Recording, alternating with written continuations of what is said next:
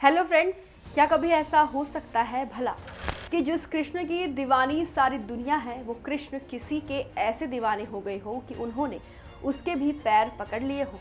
कौन हो सकता है ऐसा भाग्यशाली जिसके चरणों में गिर गए हो बंसीधारी।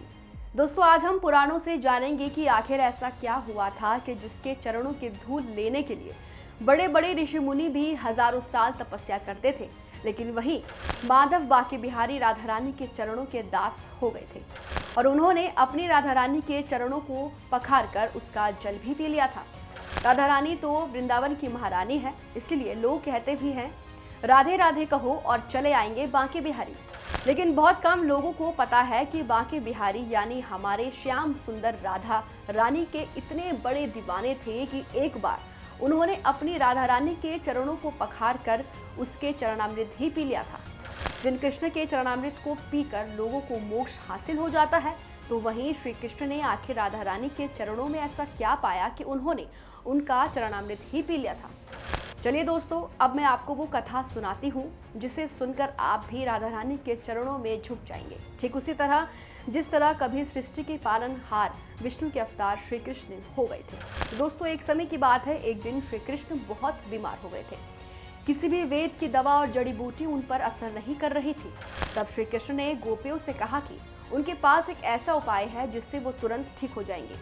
श्री कृष्ण ने गोपियों से उन्हें चरणामृत पिलाने को कहा, क्योंकि भगवान कृष्ण की तबीयत उनके प्रिय भक्त के चरणामृत के सेवन से ही ठीक हो सकती थी। अब भगवान श्री कृष्ण की बात सुन सभी गोपियां चिंता में पड़ गई कि कृष्ण ने ये कैसा उपाय बताया है। सभी गोपियां कृष्ण को अपना आराध्य तो मानती थी, लेकिन उन्हें ये बात सता रही थी कि यदि वो अपने प्रिय को ठीक नहीं कर पाए तो वो कैसे ठीक होंगे। सभी गोपियां के लिए श्री कृष्ण उनके जान से भी ज्यादा प्यारे थे। वे सभी उनसे दिल से प्रेम करते थे, लेकिन उनको यही डर था कि किसी कारण कान्हा जी ठीक न हुए तो हम सबको नरक का भोगना पड़ेगा। उधर श्री कृष्ण के इलाज के लिए लाखों लोग श्री कृष्ण को देखने आ रहे थे, लेकिन दिन प्रतिदिन श्री कृष्ण जी की तबीयत बिगड़ती जा रही थी। कोई भी जड़ी बूटी इनको ठीक करने में सही साबित नहीं हो रही थी। अब सभी गोपियां यही सोच के चक्कर में आगे नहीं आई और सभी गोपियां राधा जी के पास दौड़ी दौड़ी गई और श्री कृष्ण द्वारा बताया गया चरणामृत वाला उपाय बताया। श्री कृष्ण जी के इस उपाय को सुन राधा रानी बिना किसी देरी के अपने पांव धोकर चरणामृत को तैयार कर लिया और अपने प्यार श्री कृष्ण को पिलाने के लिए दौड़ी दौड़ी आई।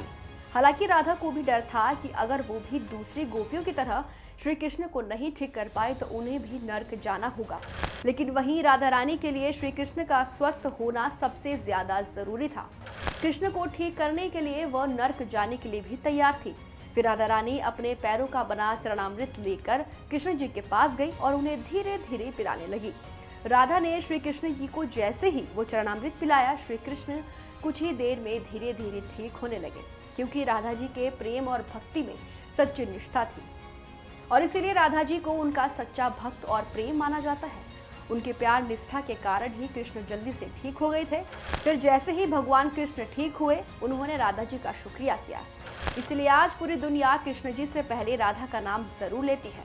राधा और कृष्ण का विवाह कभी हुआ तो नहीं, लेकिन हाँ, हमेशा कृष्ण के साथ उनकी प्रेयसी राधिका का नाम भी जोड़ा जाता है। आपको बता दें, राधा को कृष्ण जी राधिका के नाम से पुकारते थे। राधा रानी को भगवान कृष्ण की मुख्य संगिनी माना जाता है।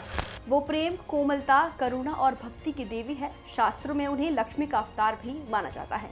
तो दोस्तों, आज की वीडियो आपको कैसी लगी हमें कमेंट बॉक्स में कमेंट कर जरूर बताएं और साथ ही ऐसी वीडियोस को देखने के लिए हमारे चैनल द कर्मा को सब्सक्राइब करना बिल्कुल भी ना भूलें। धन्यवाद।